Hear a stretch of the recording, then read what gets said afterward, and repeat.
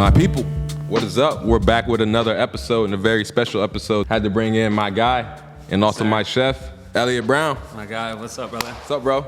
Glad to be having this. Bro, I'm happy to be here. We're counting it down. Yeah, for sure. I remember, I was just was thinking about just the first day walking in the Biscuit when you just had open and, just getting the Biscuit. I remember just going back in my house and just being like, we had a good talk, but after that, it was just like, man, this is fire, but that's going to be my dog because I'm going to be back every day for sure. Yes, sir. So it has been very organic, bro. Yeah. That's the best part. Yeah, for sure. So I'm very thankful for our relationship and the road that has led us here. You know, frequency is a real thing. I never question it. 100%. So how was your last year? I was asking Brandon that, like, outside of, like, us being together, like, how was last year for you? It was cool, dude. It was a big transition in life. You know, like I feel like everything I've been working for was kind of led up to this moment since I was 19. So basically, when I went to tour my culinary school, like on the way home, it was without a doubt, like I knew that I found what I was supposed to do for one, and then two, I knew like the end goal was a restaurant, and it was basically that or nothing. So it was a lot of emotions as far as like I was really proud of myself. It was a crazy amount of work, and it was hard, bro. It was so hard. But I mean, like the most rewarding work, like I was telling someone, like it's not that I work any more or less than I have. Like I've always worked the same amount of hours, but it being for my own work or my own spot, it just like, it's a different feeling, but it's been wild, dude. And I mean, not only that, but being a dad, trying to make time for myself, not having time for myself, but still like it has to happen. Like it was just been kind of a whirlwind. And then when Brandon came on, that was a game changer. Just having someone that I trusted. Because I mean, you were there my first day, or did you? I don't know if you were working there yet when Brandon started. No, I wasn't. It was a little behind. So like my a month first or so. vacation was his first day, which is wild to think, but like, Just the relief you needed. yeah, and it shows you how much trust we have. And like, same thing with him. Like, we've always known we're gonna do something together. We're gonna have our own spot together. But literally, my first vacation from starting the whole process was his first day, which was also kind of crazy because like he didn't know Cam for real. He knew Sam like just through being around me for real, and then he knew Josh from former work. But having him come on was a huge relief. So I literally like I wasn't even there. I left that morning. I knew he would be there. I was like, be there at 7, and just like, but like we worked in I think 3 spots together. So it's like I knew we had the same standard. We had the same level of everything, and I knew he would kind of take the process well. But it's been wild. It's been wild. I love B. He's very quiet. But besides in our own time, but like, during service and stuff. Yeah. But like he lives loudly, and I love that. I love that dude. Yeah, we've been friends a long time. Bro. Yeah, like really long time. Not everyone knows, but so basically my first day of varsity football, we both played the same position. We both played corner, and you probably started varsity, but I was on JV. Yeah, I did as a freshman. Yeah, see, I didn't do that at my school. No, we didn't do that. But like you're just kind of nervous and like keeping to yourself. And Brandon was the first like upperclassman to say something to me. He just came up to me and was like, "What's up, bro? I'm Brandon." Basically like, "Welcome to varsity." And it was. I had one of them dogs, and that's your dog forever. Yeah, bro. And then it was just like. It was like that was like the very, very beginning. And then, we were friends, but it was more so like friends on the football field. And then like if we saw each other in the hallway, it'd be like, "What's up?" But then it was just, we would hang from here to time to time, but we really became friends when I went to culinary school. He was in art school. When I would come back home from New York when I was living out there, he would just hit me up like, "Yo, what's up, bro? You want to cook?" And I'd be like, "Sure." And he would come over to the crib. Basically, he would raid his mom's fridge. I would raid my mom's fridge, and we'd show up with whatever we had, and we'd like make something. And then I would go back to New York. We'd keep in touch, and then I would see on his Instagram like he was cook all the time. And I was like, "Dude, you should think about becoming a chef." And he's like, "I'm in art school, da da da da." And long story short, like I was in his DMs like, "Yo, you need to drop out," which it's not. It's kind of a bad influence, whatever you want to call it. But basically one day he texted me, he's That's like, the gamble. yeah. And then because when we would cook, I'm like, "Bro, like I work with professional chefs. I'm like, dude, like you're really good. You know what I mean? For especially not having any training at that point, I'm like, you're naturally really good at this, and you should consider it. And basically one day he texted me and was like, yo, I did it. I dropped out. I was like, yeah, this is kind of crazy.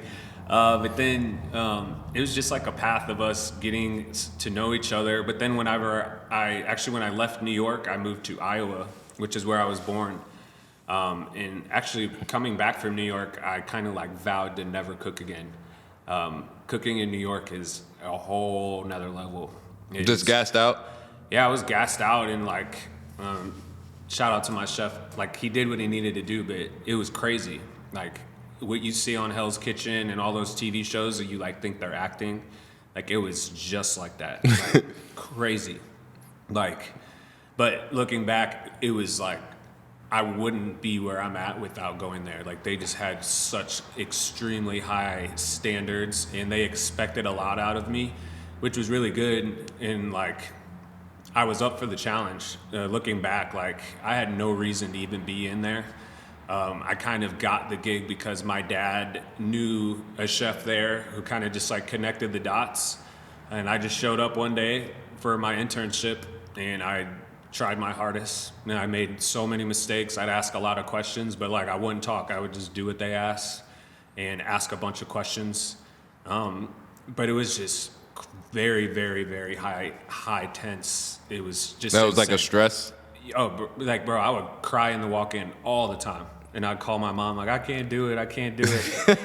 And they would encourage me. But so then I went back to Iowa. I ended up bumping into where you went. I got a text from my mom. Oh, where we did the pop-up? Yeah. Or at Cobble. Yeah. Oh, okay. So my mom was following this restaurant on Instagram, and they made a post like, hey, we're looking for a cook. I was there visiting my dad, like with no plan of like my life, like nothing. I was just going to see my dad, and I really had like no plan of when I was gonna come back or not. I was just trying to go kick it with my dad. She convinced me to go to this restaurant for a stage. And I was like, I'm not going. Like, I don't want to work at some shitty Cedar Rapids restaurant, which it's like, I didn't know what I was talking about at all. You don't. Gas. I really gassed. So I like showed up there with my knife kit, and it was just a completely different atmosphere, bro. It's a lot like how the Biscuit Joint is. Like, we were having they had music bumping, we were having fun. It was just completely different, but the level of food was just as good. And so I was there for about 3 years. But then when I came back, I was looking for a roommate, and I knew Brandon lived downtown. So I just texted him like, hey dude, like I'm moving back. I need a roommate. He was dating a girl at the time. So he's like, I'm living with my girlfriend. I can't do that. And like, I think it was 3 days before I moved back. He's like, yo, we broke up. You still need a roommate? And I was like, actually I do. So he was actually in the loft before I even like got there. So then that was really when everything, like as far as our friendship exploded from there. He helped me get a job at Vicia, and bro, really it was like just never look back. We've been best friends ever since. No, for sure. And that's more of the frequency circle. Having been from like going journeying through in Iowa and New York City back to St. Louis, how has that shaped who you are today? Oh, it's shaped me like crazy. So like different, well, one, in career-wise, it's just showing me what type of chef I wanted to be. Like, I don't want to be a chef that's like, I say that the majority of chefs are very like militant, Anal. I guess. Mm-hmm. And it's like my way or the highway. Yeah. And it's just like, there's a lot of, I guess, anger in the way they lead. I guess they kind of like make you do the right thing because you're scared not to. Not because you want to do it right. At least that's what I feel that. It's what I experienced a lot in the beginning of my career, which it's like I wouldn't trade it for anything. Like, don't get me wrong.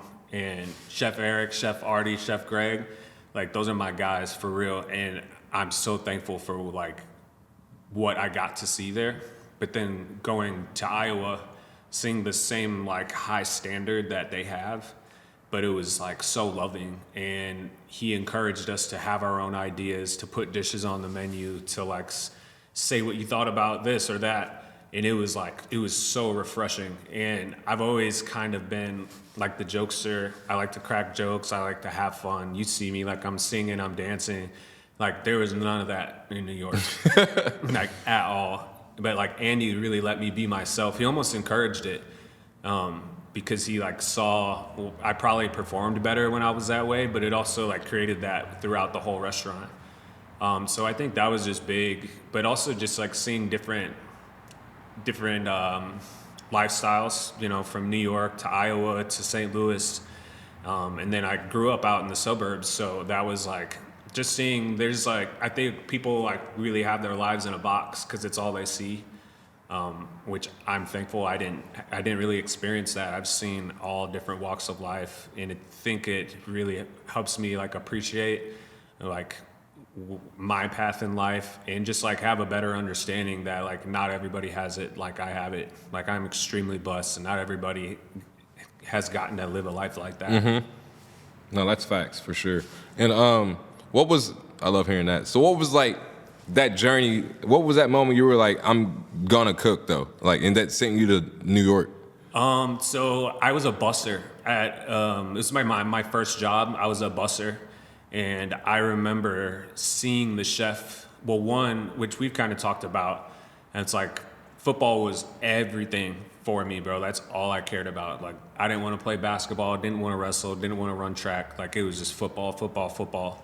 And like, I loved being on a team. And I think it was the first time that I felt like I was on a team again. And I just had to do my part and do my part well. And they do their part and they do their part. And together we like create this atmosphere. So I think that was a big part of it. But then when I went to culinary school, like basically there was one 10 minutes from my house. I called them. They had me come do a trail where they just tell you this is what it's going to look like. These are the classes. And it was like 5 minutes in, I looked at my parents and I was like, this is it. Man, like I felt it like so, like to my core. I'm like, I'm going to be a chef.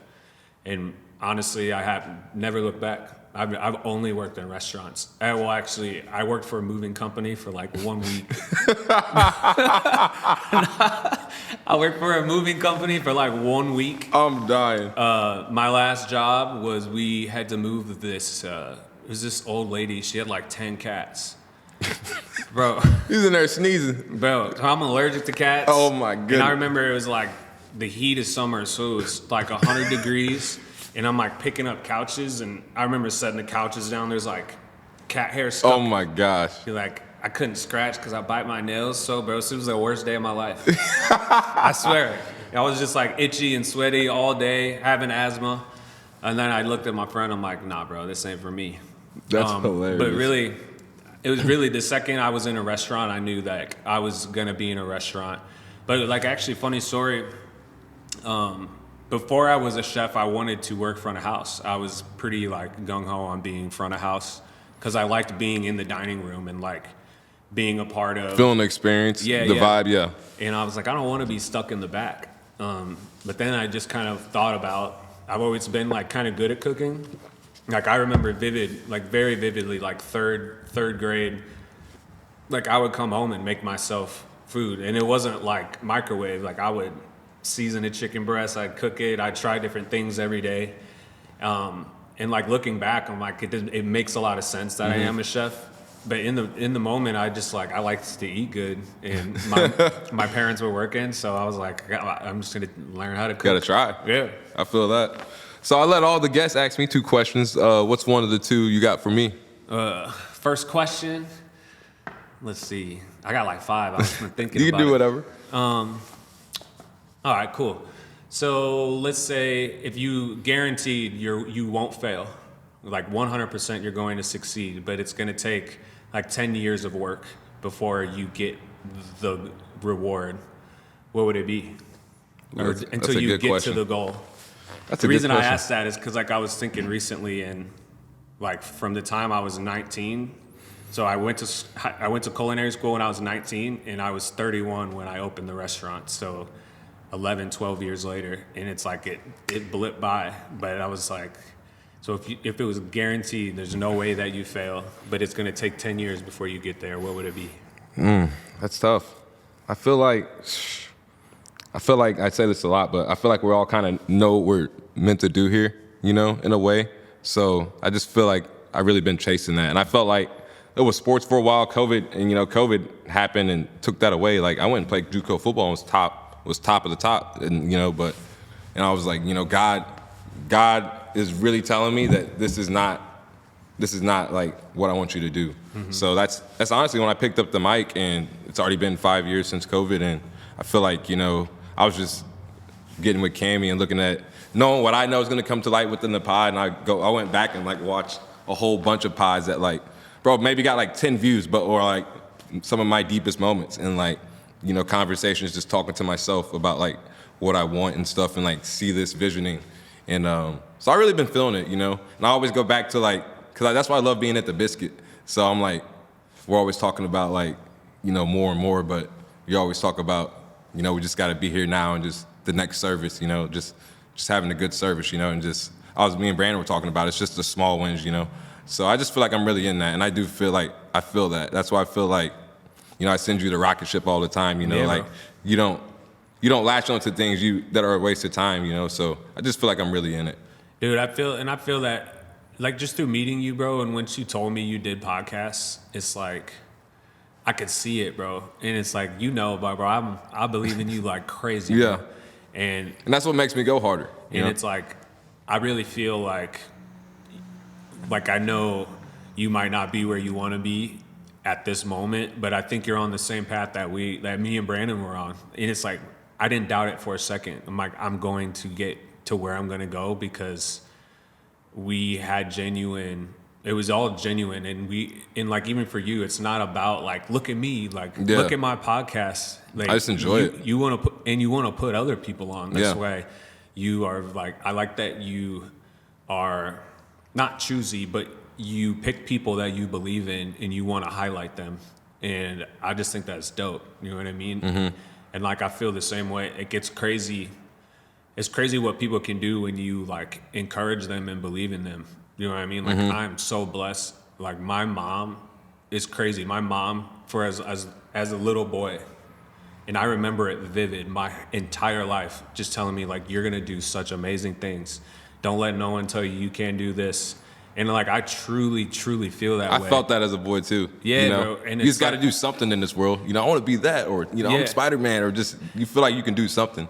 Dude, and it's like, I'm so thankful for my parents for making me feel that way, because like, even when it was hard or whatever it is, I like just felt in my soul like I was on the path that I was supposed to be on. Mm-hmm. And then when you like get around other people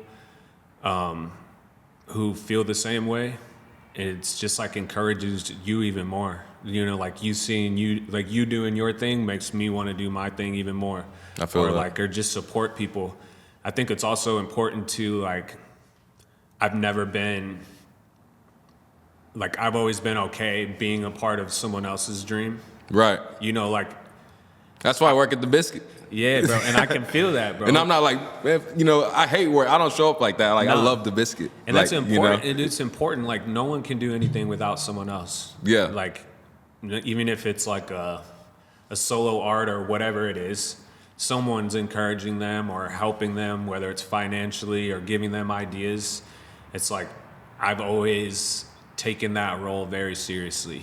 Like, if I gotta wash dishes tonight, I'm gonna wash dishes, like whatever it is. And there's a lot, I realize now, like, that's not normal. Like, some people want to be the main character all the time. It's just like not how it works. No, bro, I'll be in that corner washing dishes all night. Bro, you're my guy.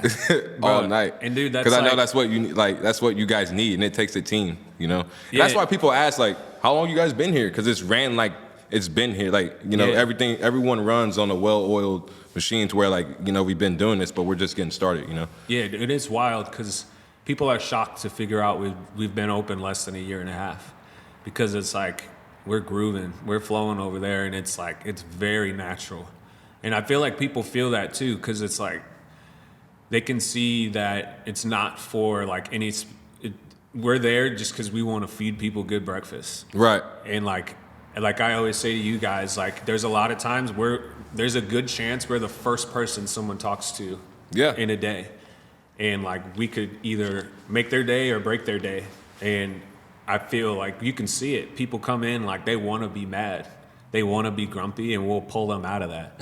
And like that is the best feeling. I love it too. So that kind of journeys into my next question. Like, so you're actually sober now. We'll go more into the sobriety side. But when you were drinking, because like you told me, like when you tell me like, man, I was an alcoholic, I'm like, I look at you, I'm like, bro, there's no way like you were. And it just cracks me up. But like when you were drinking, were you running away for something, chasing a high that you once had with like maybe a bottle or something? Like what were you living in? I think it was kind of a gradual thing. I think at first, I didn't really drink until I was, I want to say 19, 20, which I think is like late for most people, which is wrong. But I was like, in high school, I didn't drink, I didn't smoke, I didn't do any of that. Like I would worry about, like I said, I worried about football, and I would do my schoolwork and play video games. That's pretty much all I did. So when I moved to New York, and got into the restaurant scene, like that's just normal. Like substance abuse in restaurants is very, very normalized. It's not okay, you know, but I wanted to kind of fit in with everyone. So when we would get off of work, the older guys would be like, let's go get a beer. They knew the bartender and they never asked my age. So I would just like, I didn't even like beer, but I would just wanted to drink because they were drinking. And then from there, I really enjoyed cocktails, and honestly, it was more about like the flavor. I love trying, like, let's try this with this. Like, what if I eat this so it was really like about my palate at first. And then I think I started going out, and then even then, I was never really like drinking to like feel drunk. Like that was just something that happened. I was really just like having fun.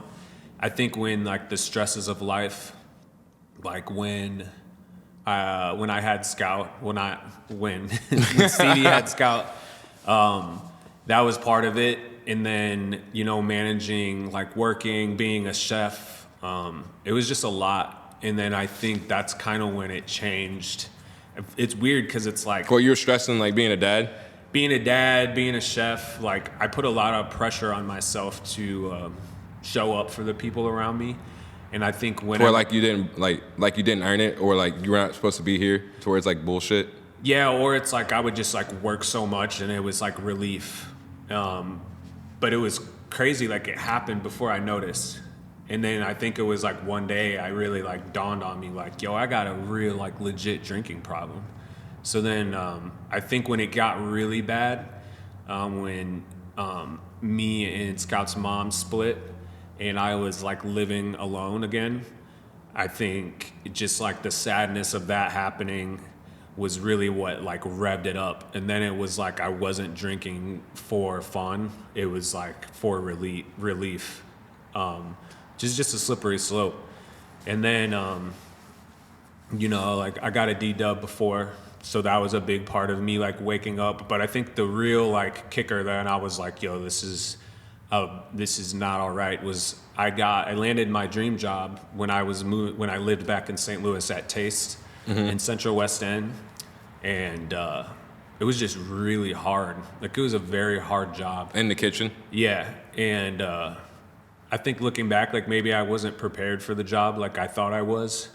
And then it just really got out of hand. Like I would just, like I would drink in the morning, I drink in the middle of the day, I drink at night. Like I was straight up. Like you're like, functioning? Yeah, bro. Like that's what's crazy. It was like in my head, it's like as long as I'm a good chef and I'm being a good dad, then like it doesn't really matter what I'm doing outside of that. At least that's what I told myself. But like I think when I woke up was kind of like there was times where I would put drinking or going out or even work above like my responsibilities. Like I was a good dad, but I wasn't as good of as a dad as I could have been. Like I say now, like I'm very proud about like at the dad I am now. Like I feel like I am doing like as good as I can be in that area.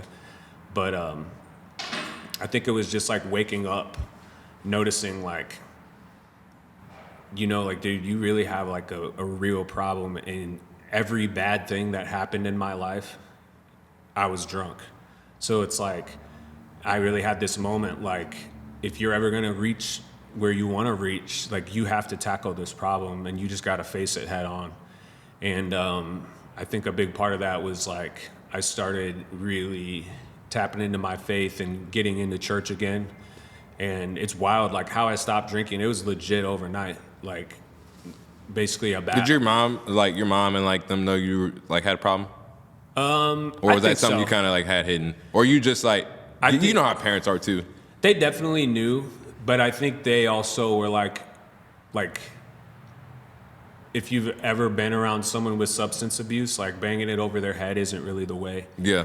You know, you really just gotta love on them and like help pull them up.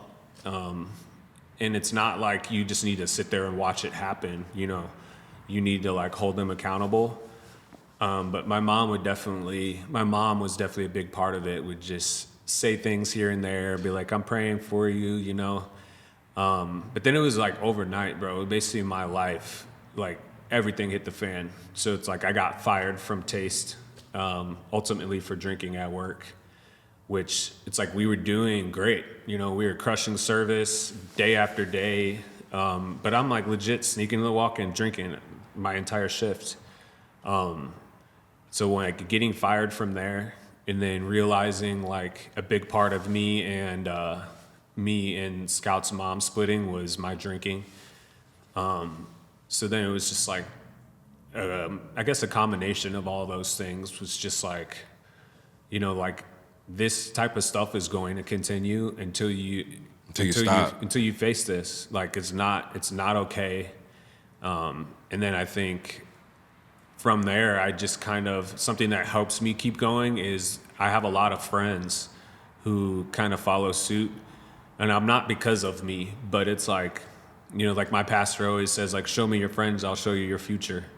And it's like, I really wanted to, like, just be a better example for everyone around me. Mm-hmm. And once I started seeing, like, not only did my sobriety, like, impact my life, but it was impacting the people around me, it kind of just made me want even more. And it, like, I felt a responsibility to, like, not give up because I realized there's people that are looking at me, including Scout, you know, like, it runs in my family. Alcoholism runs in my family real bad. And it's like, I don't want it. Like, I do not want her to fall into that. And there's a good chance that she would have if I never would have faced my things. So, like, it's really just being a better person in general. But more so, it just allows me to, like, show up for people the way I want to be able to show up. For sure. Kind of going back to Scouter B, you having a black dad, white mom, you know, Scouters mix. What's like, and you just represent love at the end of the day. Like, what's like the biggest thing you learned coming up as a kid and you kind of try to relay to Scouter? Just to be like, well, one, just work hard, yeah, but separately of that, just to love everybody. You know, it's weird, like I went to where I grew up out in Wentzville. I think there is a lot of like closet racism. Mm-hmm. Like looking back, there's a lot of moments where things were said to me or things were done to me around me that were like very normal. That is just like not okay, you know. But seeing like same thing, like seeing all these different paths of life, where it's like my dad was very big on bringing me downtown and like getting me around black culture because I wasn't around it, you know. I was gonna ask, was like getting away from Wentzville like make you like get into your culture more? Absolutely. And then so my dad in Iowa, he was the same thing. Like every time I would go there, he was very big on like taking me to like boys and girls clubs. Like on this every summer, I would go to the boys and girls club, and it was honestly like the most all black people. Yeah, bro. Like, and I was like wasn't around that, but I loved that, and it was like I'm really really thankful that my dad was like adamant about putting me in those situations to where like I wasn't ignoring my culture. And then I think as an adult, it really was more so like something that I really, really was more intentional about like learning more about it or just being more submerged in it. And it's like I was always pulled towards it, you know. But it's just, I think for Scout in general, because she's it's something she does, like she has a hard time understanding. What culture? Yeah, well, like, because her skin's really like fair. So it's like explaining to her, and like she goes to school like the Rittner school district, so like most of her class is brown, and so sometimes she's like, well, she says clear, so she's like, I have clear skin. And I was like, yes, Scotty, but you're brown too, but it's in your heart, it's in your blood.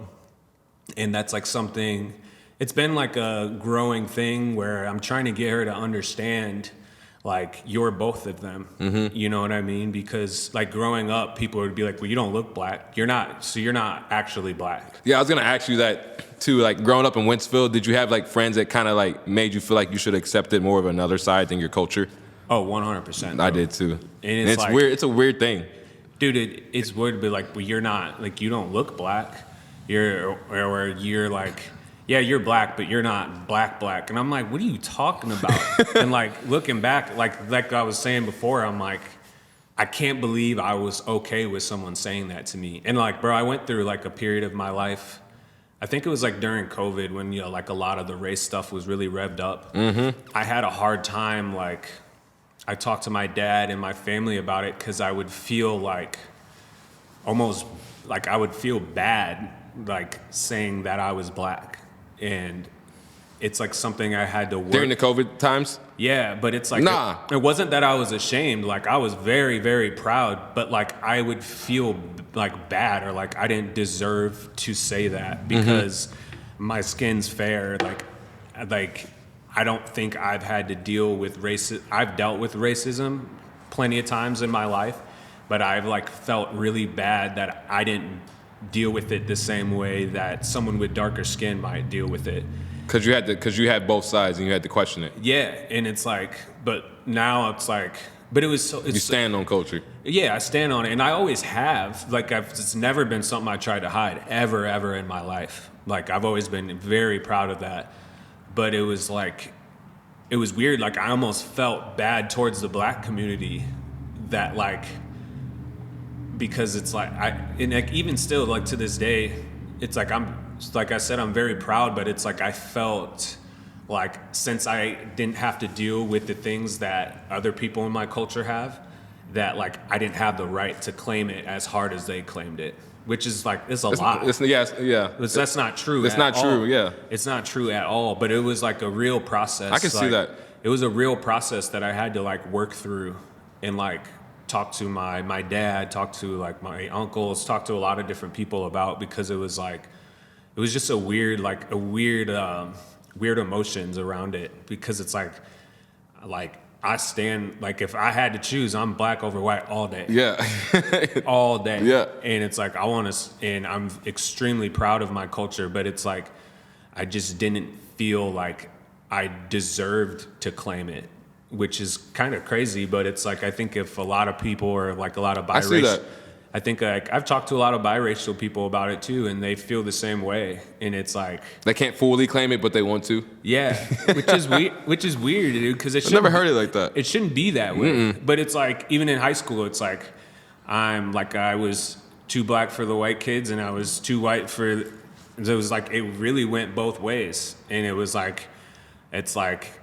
And that's another thing that I think is interesting about being mixed was I've experienced racism in different ways from both sides. Right. Where it's like I was saying, like I was too black for the white kids and I was too white for the black kids. And it was like, which is just, and that's like something, so like going back to your question, that's like something I'm really trying to teach Scout was like, one, like people's opinion doesn't matter, because who you are and where you come from is very real, and no one can take that from you. Like they didn't give that to me. That's why I love when Scout comes in the Biscuit and just vibes. Like that's all culture. And you know, like, and she knows who the unks are and stuff. Like that stuff matters.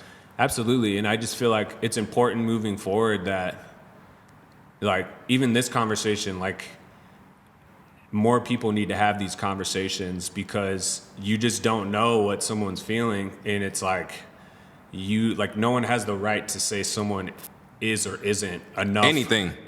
And just like, that's why I love the Biscuit too. Like, you know, people come in as who they want to be and who they are, and we don't. Doesn't matter. Like, it's not like you can't eat here. No, bro. Yeah, everyone's welcome. Unless you're outright spreading hate. Yeah, and we won't serve that. Nah, you got to get out. Yeah. But outside of that, like, whoever you are, whatever path you're in, and that's like my favorite part about Biscuit Joint is like every person in line is completely different from the other ones, but we treat everyone the same. And that's what I love about food is at the end of the day, we're all sitting in the same room, eating the same food. We're all on the same level. And I feel like maybe there's not a lot of places in the world that are like that.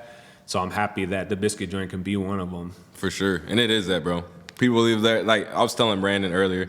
Brandon asked me, he was like, what do I love about, like, what do I want to bring to, like, food service? And I was like, just people remembering their experience. That's why when people walk in the door, I don't go, hey, my name's Swerve. Like, I go, hey, have you been here before? And then give them the experience to, like, order and sit down and all that. It's about, like, and then when people fully get that, and then it changes their mood, then when they come back, it's like, hey, what was your name? And then the Biscuit Joint and typing them reviews, that's the stuff that matters. Yeah, so, and that's another thing that kind of led me to food because, you know, like, at the end of the day, like, fire food's fire food to anyone. Like, it don't matter who you are, like, it's bomb, period. And, like, same thing with dinner at the Loft. It's like, here's 24 people who probably would never, ever sit. Well, actually, to go back to when it was at my loft, it was 8 people at my dining room in like a loft. So it's like at 7 o'clock, 8 random people, and we would never look up who they were. Like we would see them through the Instagram to see when they bought their tickets. But at the end of the day, there's 8 people at one dining room table who probably would never in a million years speak to each other or be in this atmosphere. And then by the end, everyone's friends. And I think it was important to like, we're all at the end of the day, we're all the same. We all have our own individual challenges. Everyone deals with outside opinions the same way. And I think it's easy to look at someone else and be like, my problems are bigger than yours or whatever. Like, bro, we're all going in the same direction a lot of times, you know. A lot of people are sad, a lot of people are anxious, and it's like, but if you pull that away, it's like you realize there's a lot more in common than people think. And like we would always start out our dinners, so like our dinners started during COVID, like we were saying about, it's like I would start off by saying at every dinner, I'd be like, listen, there's a lot going on in the world. You know, there's all these political things and whatever, and I would be very adamant about this. I'm like, no one will bring this up. We are not here to talk about anything that's happening in the world. We're here to enjoy food together. And it's like, so for the next 2 hours, let's all forget any of this even is happening, and let's just enjoy this meal together. And it's like wild, like there's people that are like best friends now because of those dinners. Yeah, like, you know Samir? Yeah.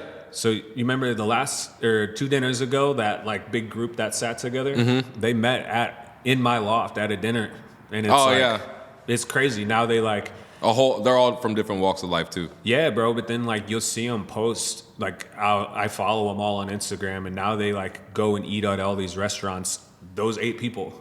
That's tough. And it's like, that's crazy. And that was like, that's what it's about, you know, because it's just like, I mean, back to what I was saying, like, we're all the same in our own way. It's like, it's just like, it's very easy to forget those things or maybe like put yourself above or below other people. But it's like, bro, we're all just people trying. That's really all it is. Yeah, for sure. That's exactly what matters, man. We're all trying, for real. And we all got our own walks that are different. So that's why I live by that. I don't judge no one by their cover or like their, you know, what they come from, because you don't know what they got going on at home. Yeah. So, what would be your next question for me? Dang, I forgot what was my question. I got one. So, what's your favorite trait about yourself that's like not a physical trait? Like, whether it be your work ethic, compassion, whatever. Where do you think that, like, this is what makes Swerve Swerve? Just being, I would say, just staying true, you know, to like everybody that kind of encounters me. They're gonna get the same Swerve. I feel like, you know, I don't try to be different to someone to try to read me to be a good person or try to attack relationships and things. I just kind of present myself, and then people can accept that or not. So I just kind of try to stay true. Dude, yeah. And it's crazy you said that, because that's one of my favorite things about you. And I remember when we ate dinner at Louis? Yeah. And for Brandon's birthday? Yeah, and like someone was telling you like to, like, when people, like, I love, like, whether it's a police officer, whether it's a kid or white, black, Indian, don't matter. When they walk in, you're like, yo, what's good, my guy? Yeah, what's up, my guy? Yeah, what's up? And I love that about you, bro. And then remember when we were at Louis, and we could hear Jordy. He was just like being a server. He's loud and he's just like out there. And I was like, I remember us having a conversation. You're like, you see that, bro? Like, he's one of the best servers in the whole city, bro.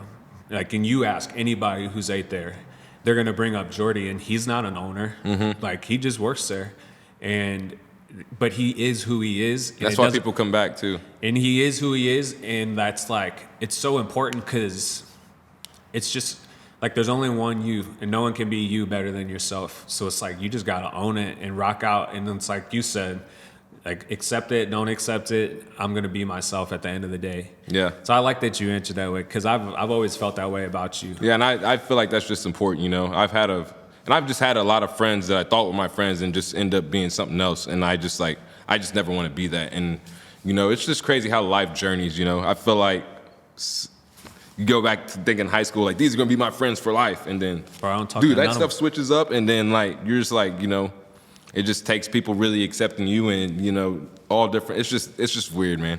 And I bet you had similar experiences to, like, I grew up in Winsville, you grew up in Farmington, and, like, I'm sure in a lot of different ways we had similar experiences along those lines. Like, you were like I remember there was times like, well, I don't like someone saying something like, I don't like black people, but I like you.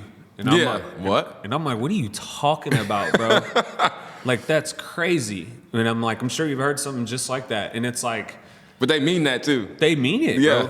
Bro. But like, and like I said, like, I can't believe I was okay. Like, that was my friend. Right. And I was like, oh, haha, like, just laughed it off. And it's like, you know, it's maturing. You know, it's not like, it's like, well, one, it's like, I don't blame them. Like, they were taught to feel that way, you know, like, that's another thing I feel like I've learned over time was, especially being a parent, mm-hmm. like, a lot of what people act or say, they were taught to feel that way. People aren't born that way. Like, hate isn't something you're born with. Someone taught you to feel that way. And it's like, I just want to be sure that I'm teaching Scout to not feel that way, because that's what I was taught. And like, we have great parents. Like, your dad's dope. Yeah. You know, it's like, when I was I called you a few days ago. I'm like, what are you doing? You're like, I'm just talking to my dad. And it's like, even conversations I've heard when you guys are right there, and it's like, I can tell he took the time to build the character that you have. For like, sure. You didn't just end up that way. Yeah. Like, someone taught you to feel that way. And I feel like that's extremely That's why I love important. you too, bro, because, like, and then me and Cammy, like, we talk about that off cameras. Like, it can be easy not to be a dad, you know, but like, it's just, it's your choice of like what you want to do, and like remap and truly be there. And, you know, we know what we're doing at the end of the day when that happens, and like, you got kids and stuff, but I just don't, you either want to be a parent or not, you know. And I'm glad my dad has always been there, and it has built me who I am today, and I just stand on that. And that's why I respect guys like you and guys who just move correct, like, within that, you know. Yeah. So, well, it's like, also, you can have a kid and not be a father. Yeah. And not At be all. a dad. Yeah. You know what I mean? There's a lot of people, like, just because you pay child support don't make you a dad. No. Like, you got to show up. And I think, like, back to when we were talking about me drinking, I think that was where I lacked the most. Like, I was there financially. Like even when I was in the house, like I'd have her, I was around, but like I just didn't take it as seriously as I do now. Like I didn't take that role of being her dad as seriously as I should have. And like there was a long process of To like, grow into that? yeah, absolutely. Yeah. And I think also like, and maybe I'm wrong, I feel like her mom instantly, or like anytime, like she was just like a great mom instantly, like boom. And she just like was so good at it. And I look at like, I feel like it took me a second to grow into that, which I was so excited to be a dad, but then I don't think I truly understood, like I didn't understand what that really meant. You know what I mean? Yeah. But now I do. And I'm like, it was a process of time where I would like, there was a lot of like guilt and like of things of just like not being the dad that I wanted to be. Or maybe like, but it wasn't, I think I just didn't know how. You know what I mean? You get to grow to it. Yeah, like I just like wasn't mature enough or didn't understand like the value of being a great dad. But now specifically, especially having a daughter, like the way I treat her, like I'm the first man that ever loved her and that she's ever loved. And I think from there, it'll base a lot of her life on like how her boyfriends are going to be able to treat her, or Accountability, or her husband, or like all these things. Like I want her to be like, yo, my dad would like never allow that. Well, she knows. Well, I want her to know, one, like my dad would never allow that, and two, like I see even like co-parenting. Like I want to treat her mom well, whether we're together or not. How I treat her mom is how she sees like a female and male dynamic. 100%.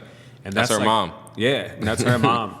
And it's important that I'm like doing what I need to do to teach her like what love looks like and what's acceptable, what's not acceptable. Because I had great parents and I like saw that version, you know. My parents are divorced. Like I don't really remember them getting divorced, but their marriages now are so good, dude. Like I have two extremely good models of like, that's how you treat a woman and like, that's how you treat your husband. And it's like, what's also crazy is like their marriages are they're so different from one another. But at the end of the day, they love each other so much. They have an extreme amount of respect for each other. And it's like, it's on me to, and then even my parents after they split, you know, like, maybe they argued and maybe like I never knew that. Like whenever they were in the same room and whenever I was aware of them communicating, it was always respect. And it was like that. I'm just like thankful that I had that as an example. For sure. That matters. Yeah, it's crazy. That matters for sure. I love that. You've been sober how long? Almost, I want to, like almost 3 years. 3 years. So I know some days get hard. What keeps like, how do you stay like in the now? I pray, dude, my faith. So when I stopped drinking I grew up in church. And even throughout my 20s, there was periods where I would be in church. Like even when I lived in New York, I would go to church by myself. But then I think I kind of veered away. Just like not even, I wouldn't say it was intentional. Like I'm staying away from church. I just like, it wasn't a priority. When I stopped drinking the same week, I started going to church again. And honest to God, like anytime I wanted to drink, I would pray. And that was like sometimes 10 times a day. Like, and people were like, how'd you stop? I'm like, that's literally how I stopped. Every time I had a big urge, I would stop, I pray. And you see me now, like I'm a praying, Pray on shift. I don't know if you saw, like right before we started, I just like closed my eyes, said a quick little prayer. So honestly, God keeps me stable.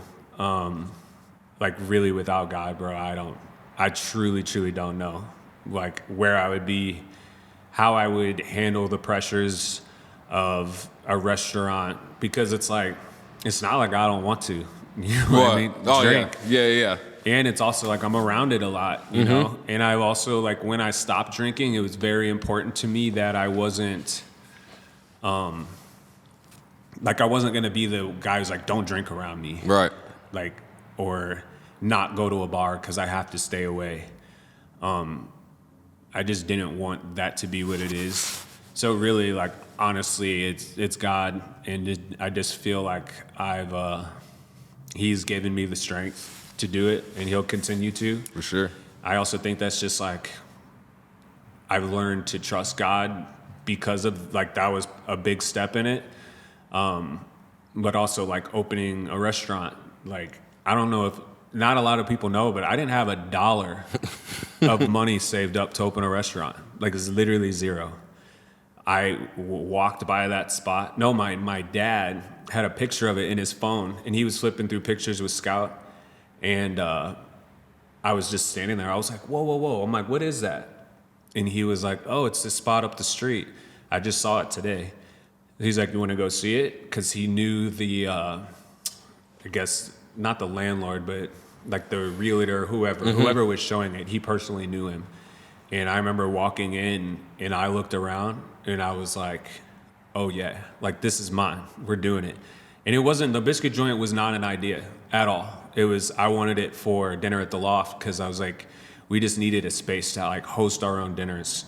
And because we were just, like, paying venues, and we were, like, making no money. So we were really just doing it for fun. At the end of the day, we'd, like, break even or maybe make a couple $100. Just having fun, yeah. But then, like, I remember getting to a point, you know, like, I remember my pastor just talking about, like, God will walk you out into deep waters. Like, you don't know God's power until you do something that you need. Like, if it wasn't for God, it's going to fail. And I remember I had the lease on my phone, and I was like, this is nuts. And, like, I told people about it. No one really believed that, like, they're like a biscuit spot. Like, what do you, like, why? And I'm like, dude, it's going to be amazing.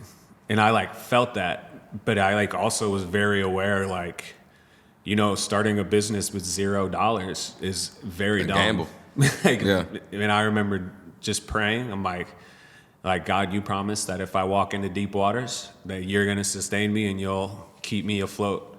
And I literally clicked the DocuSign. And I was like, oh my gosh. And I was like, okay, I guess I better find some money now. And then, like, it took me, like, my parents, they lended me a couple $1,000s just to, like, get the ball rolling. And, like, just at least, like, go to City Hall and, like, sign the things I needed to sign. And then I just started searching. And it's like, it's crazy. It seemed like right before you are like, all right, like, now I'm really screwed, you'd get a text like, all right, I got you. And then you're like, okay, cool. Then that money's gone. And I'm like, all right, now I need more. Start asking around, and then right when it's at the point where you're like, God, like, dude, I don't know what I'm gonna do. You get another call, and someone else helps. And then it was like, I also had no idea how to open a restaurant. Like, it was Just here, okay. Yeah, bro, I swear. I swear, bro. So I literally, like, went to City Hall. I had, like, a piece of paper that said we had an LLC, and I had, like, a couple $1,000s on a business card. And I'm like, I want to open a restaurant. What do I do? And they're like, go to room 406. I'm like, okay. So I go to room 406, and they're like, now go to this room. I'm like, all right. And then did that for like two weeks, basically, and signed this thing and signed that. Didn't even know what I was signing, but, like, they were telling me this is what I needed to do to get open. And one day they're like, all right, like, you can open. And I'm like, all right. Bet. Now I'm like, now I need people to work here.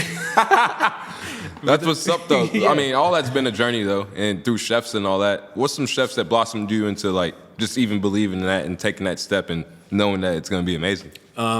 My mentor, hands down, Andy Schumacher, which you got to meet Andy. Yeah. I'll never forget at the pop-up when we were talking about Aura, right? Like, Yeah.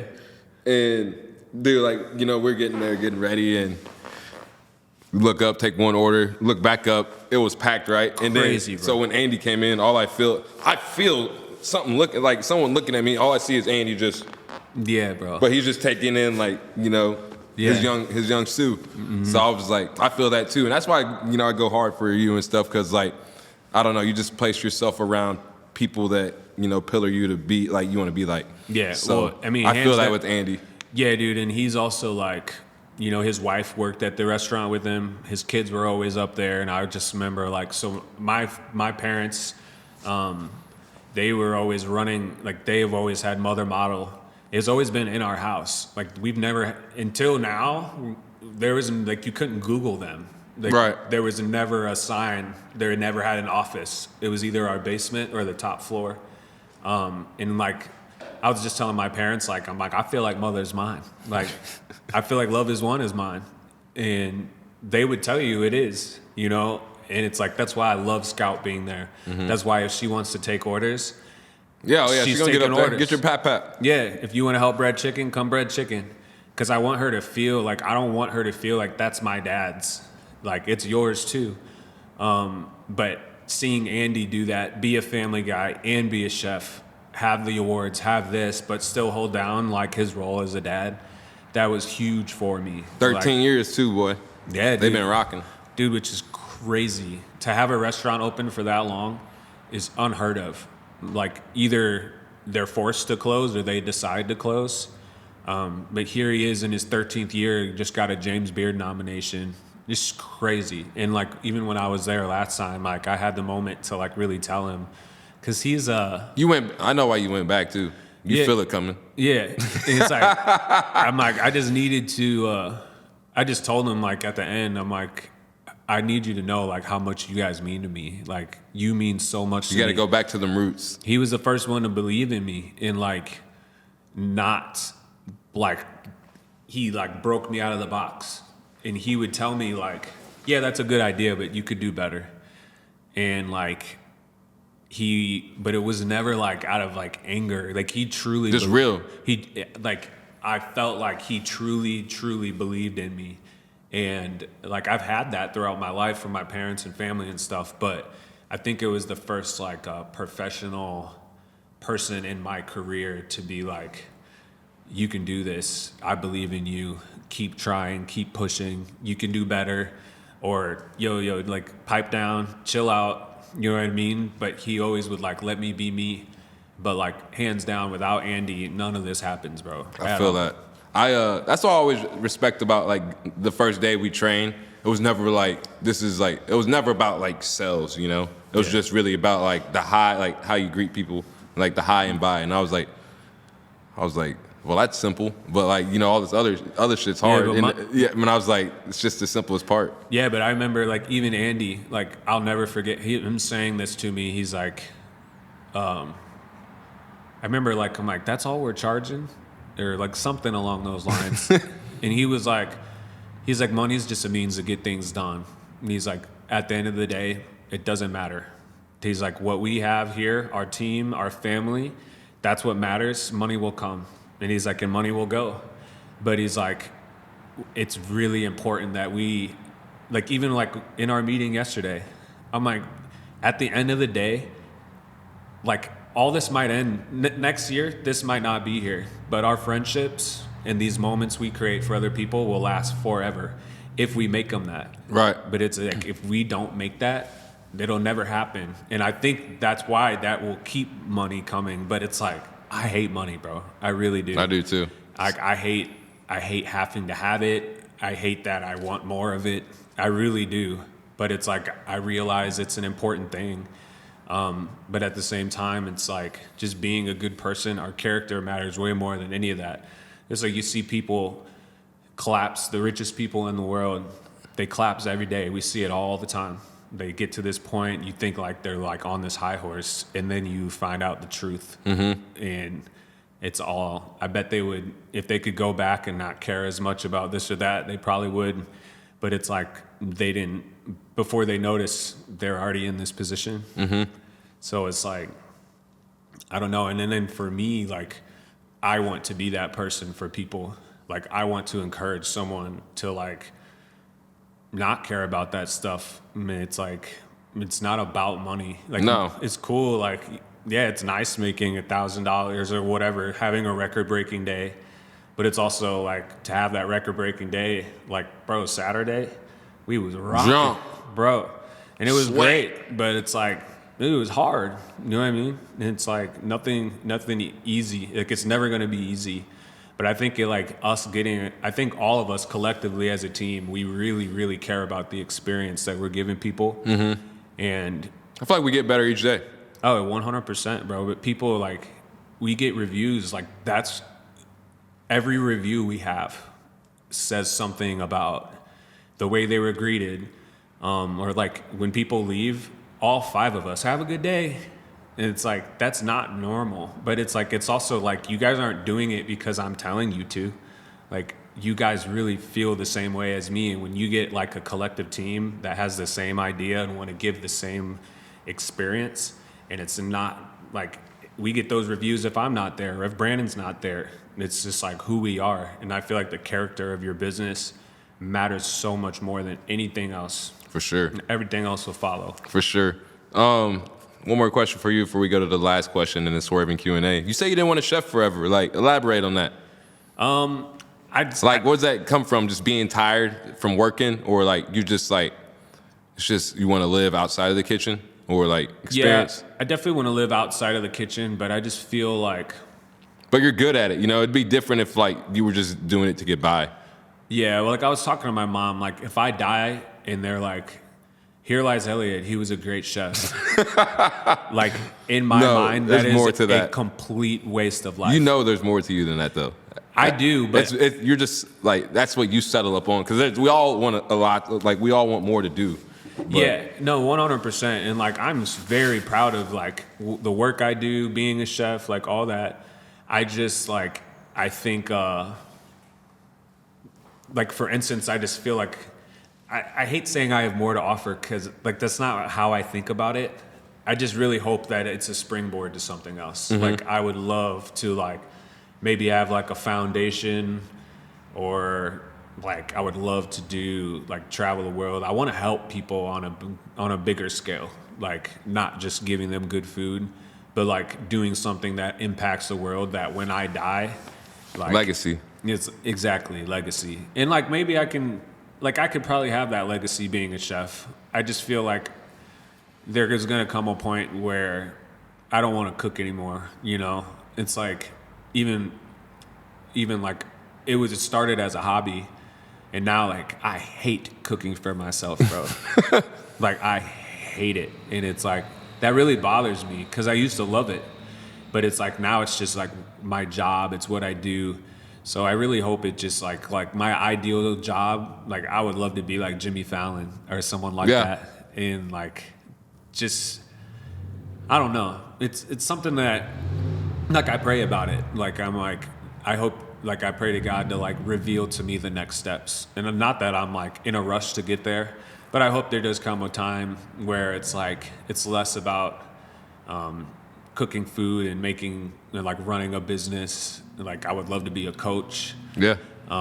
Like coach football or whatever it is. It's not that I like don't want to be a chef that bad. It's just I think it would be I hope it's a springboard to something more. For sure. Not settling up. I feel that.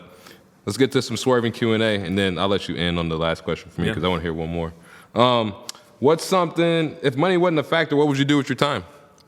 If money wasn't a factor, I would be a coach. Yeah. I would love to coach football. Like, I think that would be like my ultimate dream to like, even like, cause I'm sure you have a coach that you're like that one coach. Oh yeah, 100%. And it's like, and I feel like I could do that in a kitchen too, but I would love to do it for like the youth, to like just empower a kid to like instill the Coaches shape who you are too as a man. Dude, crazy, bro. Like, It matters. I can just think about, and it was wild even like specifically I had a coach, Andre. He was so hard on me, bro. And I remember like a lot of times it would break me down, but like looking back, it's like he saw more in me than I saw. And so I think I definitely would want to be a coach. For sure. What's something surprising you learned about yourself? I'm very resilient. Like I think I'm really good at taking punches, and I also think I perform best in chaos. Like, when Yeah, boy, we be getting smacked, nigga. You over there, whoa! I'm like, what is wrong with this dude? Like, I think, I think I perform. I show up whenever things get the hardest. I think I'm really good at like staying calm. I feel that. Like even when like the team's kind of like I'm good at being like Grounded. Yeah, ground everybody. And I've kind of always been that way in kitchens. Like I can manage the chaos really well. I feel that. Yeah, that's a good answer. I like that because I feel like I wouldn't have thought you answered like that. But yeah, dude, we be jumping. Elliott be loving that. I'm like, bro, I'm over here stressing. Like you tripping. I'm like, we're good, bro.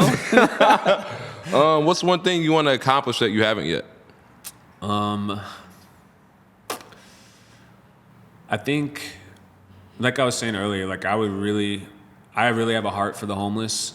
I think that would be something, especially in our city. I think they go very unforgotten. So I think if I could accomplish something like now, it would be to create like some type of foundation, whether it's, or like somewhere for them to go. Like someone's sleeping outside tonight. That's just like not okay. It's not all right. So I think if I had to accomplish something that I haven't yet, it would definitely be to start building something within like our businesses or something that is really geared towards helping the homeless. Collective effort. I feel that. That'd be dope. I think that's doable too. Yeah. What was your last question for me? Oh, Before I get to your last one. your last question. Ooh, it's hard. I guess, man, this is hard. I had like 5 questions, bro. Go ahead. Anything. I guess for you, like, what do you see for your future? Like, I know you're a big family guy. Like, is that something that, like, I know you're not dating anyone at the moment. And I know you're like extremely locked in. Is that like something you're actively trying to like seek out in your life, or you just kind of like waiting to see what life brings at the right time? I mean, I feel like we all are, you know, but I feel like you kind of, and I feel like I've done all the personal searching to like, that I need to do within myself to grow as a man. So I don't really need to do any more of that. It's just more of being like accountable every day, showing up, doing the right things and evolving. I feel like the right things will come, like a lady and stuff, and you guys have taught me more of like not to look, just be here, you know? Yeah. And I'm just kind of getting more into that, you know? So I do see myself being a husband and all that. It's kind of just not rushing things. And Or you're gonna be a fire dad. yeah, I do. And I've had girls I've talked to that I don't talk to no more, but there was like, wait till you have a kid or something. I'm like, what? Dude, you're gonna be such a good dad. But I was like, you know, I do feel that, and you know, I do want to leave a legacy behind too. But I'm not in a rush for nothing. Great things come later. Yeah, you just getting started. No, for sure. And who you want to see on Swervinn? Metro! We do need that. That's gonna happen in due time. Facts.